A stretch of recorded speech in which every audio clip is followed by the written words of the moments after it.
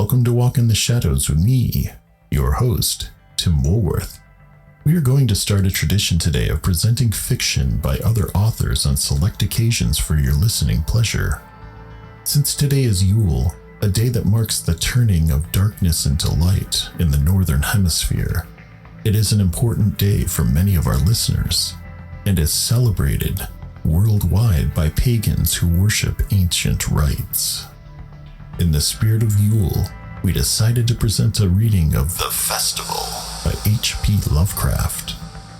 This short story, set at Yuletide, is about a continuation of rituals that have carried on over aeons. Rituals that mankind have embraced, and the madness that such rituals can bring. It has all the cosmic horror elements that H.P. Lovecraft is known for, and it is a Yule story that has all the shadowy elements we like to explore in this podcast.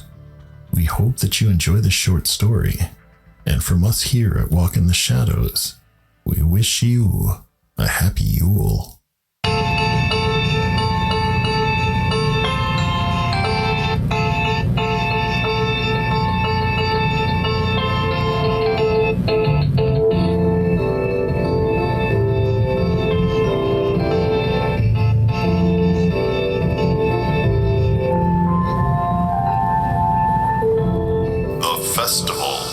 H.P. Lovecraft, 1923.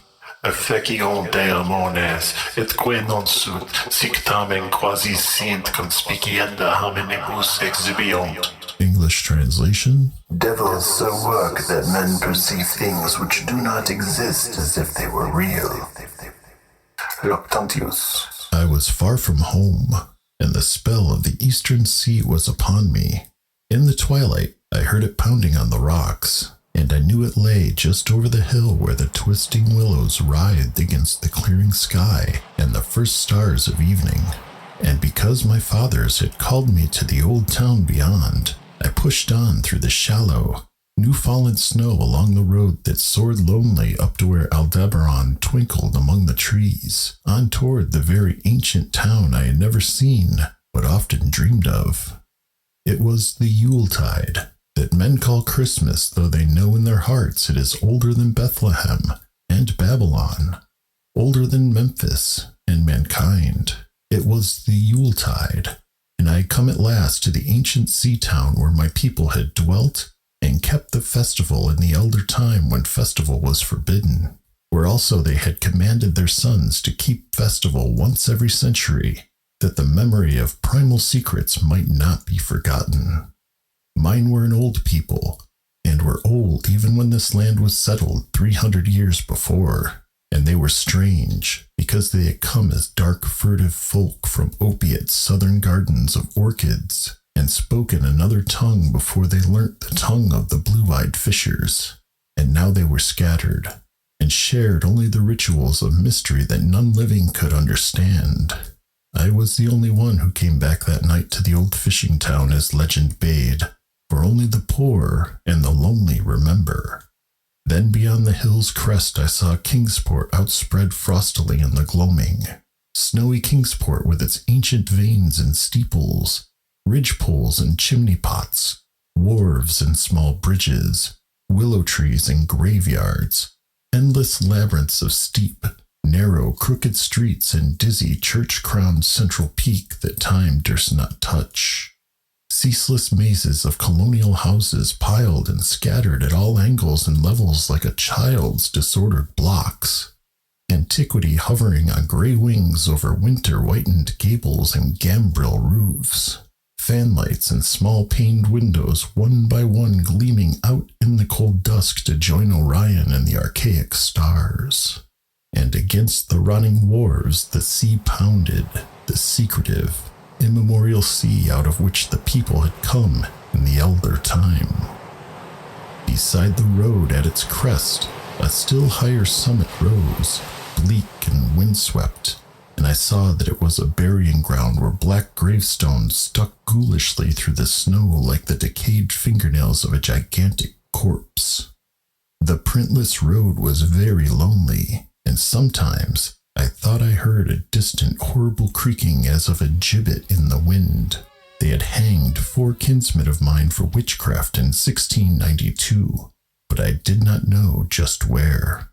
As the road wound down the seaward slope, I listened for the merry sounds of a village at evening, but did not hear them. Then I thought of the season, and felt that these old Puritan folk may well have Christmas customs strange to me, and full of silent hearthside prayer. So after that, I did not listen for merriment or look for wayfarers, but kept on down past the hushed, lighted farmhouses and shadowy stone walls to where the signs of ancient shops and sea taverns creaked in the salt breeze, and the grotesque knockers of pillared doorways glistened along deserted, unpaved lanes in the light of little curtained windows. I had seen maps of the town and knew where to find the home of my people. It was told that I should be known and welcomed, for village legend lives long. So I hastened through back street to Circle Court and across the fresh snow on the one full flagstone pavement in the town to where Green Lane leads off behind the market house. The old map still held good, and I had no trouble. Though at Arkham, they must have lied when they said the trolleys ran to this place, since I saw not a wire overhead. Snow would have hid the rails in any case. I was glad I had chosen to walk, for the white village had seemed very beautiful from the hill, and now I was eager to knock at the door of my people, the 7th house on the left in Green Lane, with an ancient peaked roof and jutting 2nd story, all built before 1650. There were lights inside the house when I came upon it, and I saw from the diamond window panes that it must have been kept very close to its antique state. The upper part overhung the narrow grass-grown street and nearly met the overhanging part of the house opposite, so that I was almost in a tunnel, with the low stone doorstep wholly free from snow. There was no sidewalk, but many houses had high doors reached by double flights of steps with iron railings. It was an odd scene, and because I was strange to New England, I had never known its like before. Though it pleased me, I would have relished it better if there had been footprints in the snow, and people in the streets, and a few windows without drawn curtains. When I sounded the archaic iron knocker, I was half afraid. Some fear had been gathering in me. Perhaps it was the strangeness of my heritage, and the bleakness of the evening, and the queerness of the silence in the aged town of curious customs. And when my knock was answered, I was fully afraid, because I had not heard any footsteps before the door creaked open.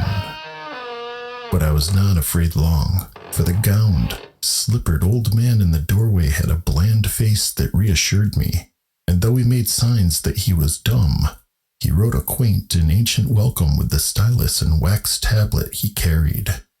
He beckoned me into a low, candlelit room with massive exposed rafters and dark, stiff, sparse furniture of the 17th century. The past was vivid there, for not an attribute was missing.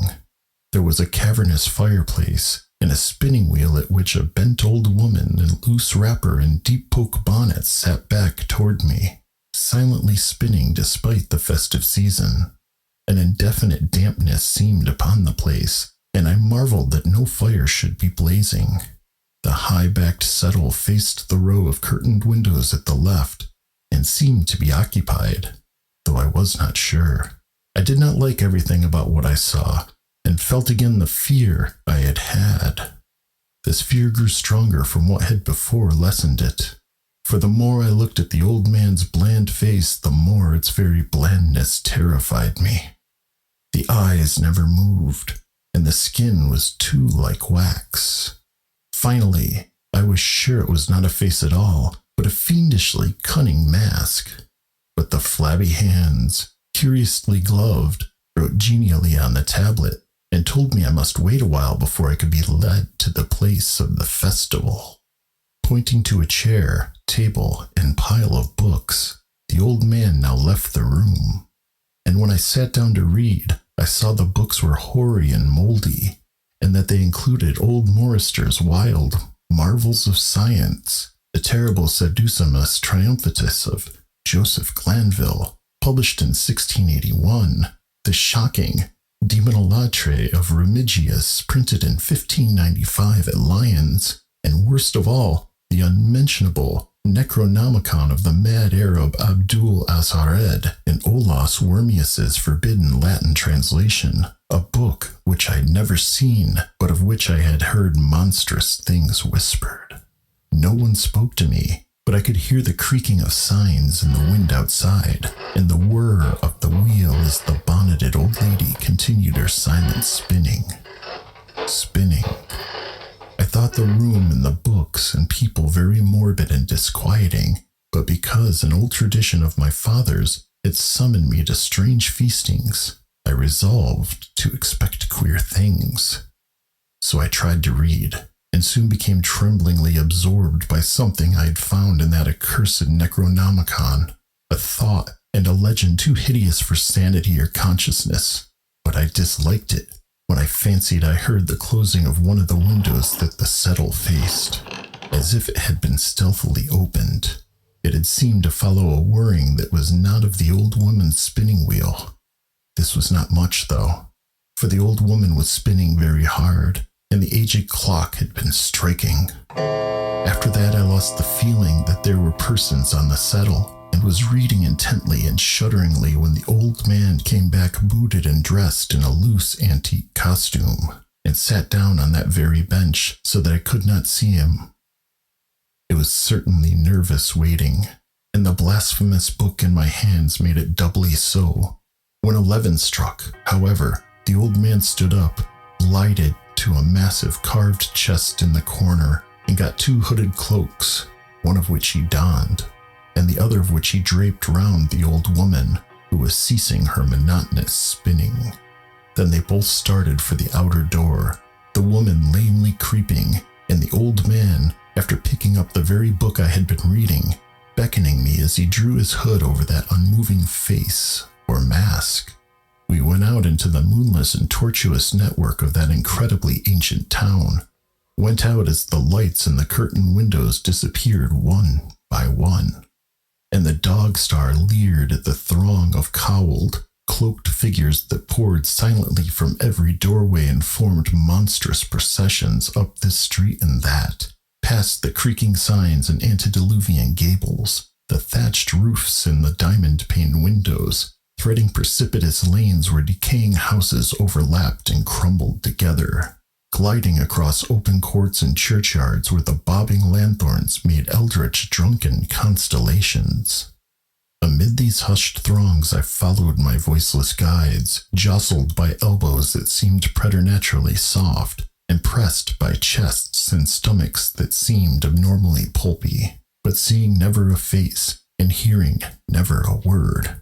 Up, up, up the eerie columns slithered, and I saw that all the travelers were converging as they flowed near a sort of focus of crazy alleys at the top of the high hill in the center of the town, where perched a great white church. I had seen it from the road's crest when I looked at Kingsport in the new dusk, and it had made me shiver because Aldebaran had seemed to balance itself a moment on the ghostly spire. There was an open space around the church, partly a churchyard with spectral shafts, and partly a half-paved square swept nearly bare of snow by the wind and lined with unwholesomely archaic houses having peaked roofs and overhanging gables. Death fires danced over the tombs, revealing gruesome vistas, though queerly failing to cast any shadows.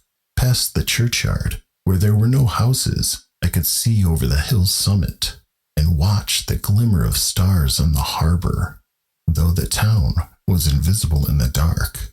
Only once in a while a lanthorn bobbed horribly through serpentine alleys on its way to overtake the throng that was now slipping speechlessly into the church.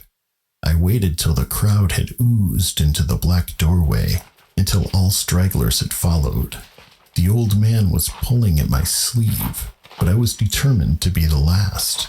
Then finally I went, the sinister man and the old spinning woman before me, crossing the threshold into that swarming temple of unknown darkness.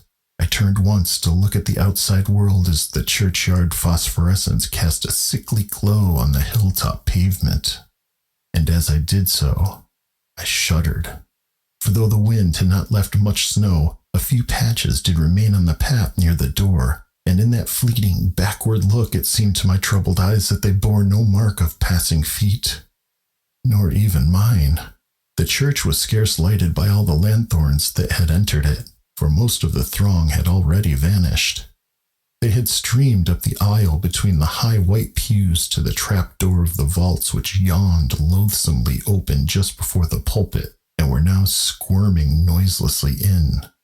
I followed dumbly down the foot-worn steps and into the dank, suffocating crypt. The tale of that sinuous line of night marchers seemed very horrible, and as I saw them wriggling into a venerable tomb, they seemed more horrible still. Then I noticed that the tomb's floor had an aperture down which the throng was sliding, and in a moment we were all descending an ominous staircase of rough-hewn stone, a narrow spiral staircase, damp and peculiarly odorous, that wound endlessly down into the bowels of the hill past monotonous walls of dripping stone blocks and crumbling mortar. It was a silent, shocking descent, and I observed after a horrible interval that the walls and steps were changing in nature, as if chiseled out of the solid rock. What mainly troubled me was that the myriad footfalls made no sound and set up no echoes. After more aeons of descent, I saw some side passages or burrows leading from unknown recesses of blackness to the shaft of nighted mystery. Soon they became excessively numerous, like impious catacombs of nameless menace, and their pungent odor of decay grew quite unbearable. I knew we must have passed down through the mountain and beneath the earth of Kingsport itself, and I shivered that a town should be so aged and maggoty with subterraneous evil. Then I saw the lurid shimmering of pale light, and heard the insidious lapping of sunless waters. Again I shivered, for I did not like the things that the night had brought, and wished bitterly that no forefather had summoned me to this primal rite. As the steps and the passage grew broader, I heard another sound, the thin, whining mockery of a feeble flute, and suddenly there spread out before me the boundless vista of an inner world, a vast, fungus shore lit by a belching column of sick, greenish flame, and washed by a wide, oily river that flowed from the abysses frightful and unsuspected to join the blackest gulfs of immemorial ocean. Fainting and gasping, I looked at the unhallowed Erebus of Titan toadstools, leprous fire, and slimy water, and saw the cloaked throngs forming a semicircle around the blazing pillar. It was the Yule rite, older than man and fated to survive him. The primal rite of the solstice and of spring's promise beyond the snows, the rite of fire and evergreen, light and music. And in the Stygian grotto, I saw them do the rite, and adore the sick pillar of flame, and throw into the water handfuls gouged out of the viscous vegetation which glittered green in the chlorotic glare. I saw this, and I saw something amorphously squatted far away from the light, piping noisomely on a flute, and as the thing piped I thought I heard noxious muttered flutterings in the fetid darkness where I could not see. But what frightened me most was that the flaming column spouted volcanically from depths profound and inconceivable, casting no shadows as healthy flame should, and coating the nitrous stone above with a nasty, venomous verdigris. For in all that seething combustion no warmth lay, but only the clamminess of death and corruption. The man who had brought me now squirmed to a point directly beside the hideous flame, and made stiff ceremonial motions to the semicircle he faced. At certain stages of the ritual they did groveling obeisance, especially when he held above his head that abhorrent Necronomicon he had taken with him. And I had shared all the obeisances because I had been summoned to this festival by the writings of my forefathers. The old man made a signal to the half-seen flute player in the darkness, which player thereupon changed its feeble drone to a scarce louder drone in another key, precipitating as it did so a horror unthinkable and unexpected. At this horror I sank nearly to the lichened earth, transfixed with a dread not of this nor any world, but only of the mad spaces between the stars. Out of the unimaginable blackness beyond the gangrenous glare of that cold flame, out of the Tartarian leagues through which that oily river rolled uncanny, unheard and unsuspected, there flopped rhythmically a horde of tame, trained, hybrid winged things that no sound eye could ever wholly grasp, or sound brain could ever wholly remember. They were not altogether crows, nor moles, nor buzzards, nor ants, nor vampire bats, nor decomposed human beings, but something I cannot and must not recall. They flopped limply along, half with their webbed feet and half with their membranous wings, and as they reached the throng of celebrants, the cowled figures seized and mounted them, and rode off, one by one, along the reaches of that unlighted river, into pits and galleries of panic where poison springs feed frightful and undiscoverable cataracts. The old spinning woman had gone with the throng, and the old man remained only because I had refused when he motioned me to seize an animal and ride it like the rest. I saw when I staggered to my feet that the amorphous flute player had rolled out of sight, but that two of the beasts were patiently standing by. As I hung back, the old man produced his stylus and tablet and wrote that he was the true deputy of my fathers who had founded the Yule worship in this ancient place, that it had been decreed I should come back, and that the most secret mysteries were yet to be performed. He wrote this in a very ancient hand, and when I still hesitated, he pulled from his loose robe a seal ring and a watch, both with my family arms, to prove he was what he said. But it was a hideous proof, because I knew from old papers that that watch had been buried with my great-great-great-great-grandfather in 1698. Presently, the old man drew back his hood and pointed to the family resemblance in his face, but I only shuddered, because I was sure that the face was merely a devilish waxen mask. The flopping animals were now scratching restlessly at the lichens, and I saw the old man was nearly as restless himself. When one of the things began to waddle and edge away, he turned quickly to stop it, so that the suddenness of his motion dislodged the waxen mask from what should have been his head. And then, because that nightmare's position barred me from the stone staircase down which we had come, I flung myself into the oily underground river that bubbled somewhere to the caves of the sea, flung myself into that putrescent juice of earth's inner horrors before the madness of my screams could bring down upon me all the charnel legions these pest gulfs might conceal. At the hospital, they told me I'd been found half frozen in Kingsport Harbor at dawn, clinging to the drifting spar that accident had sent to save me.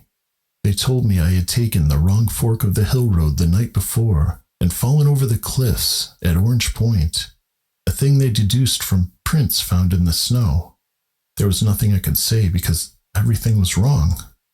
Everything was wrong, with the broad windows showing a sea of roofs in which only about 1 in 5 was ancient, and the sound of trolleys and motors in the street.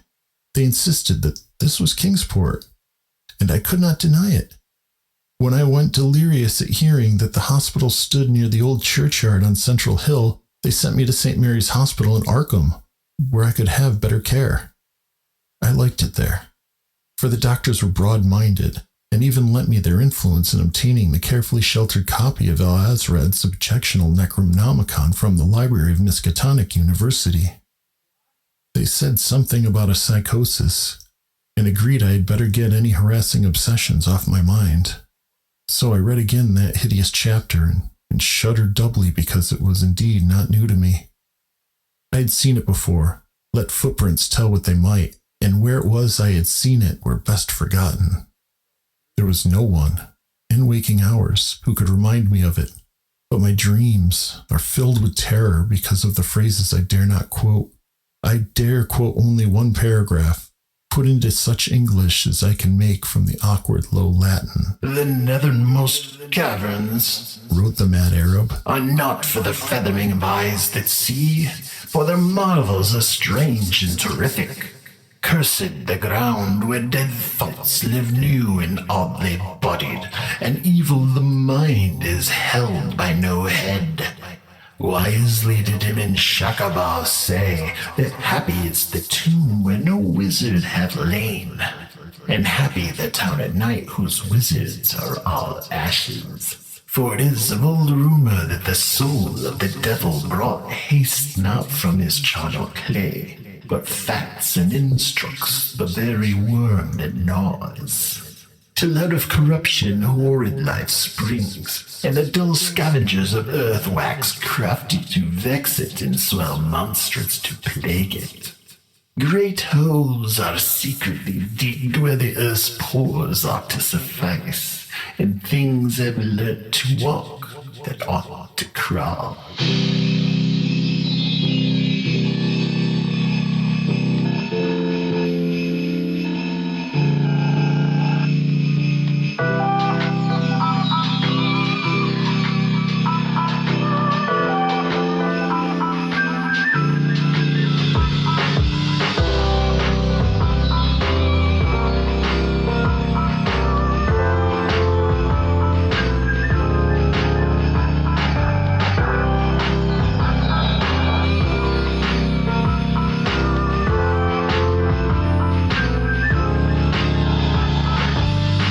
Story was performed by me, Tim Woolworth.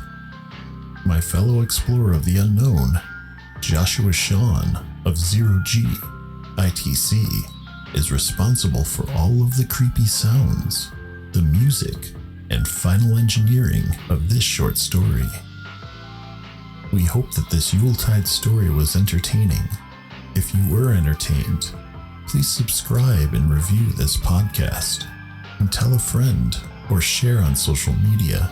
It really does help.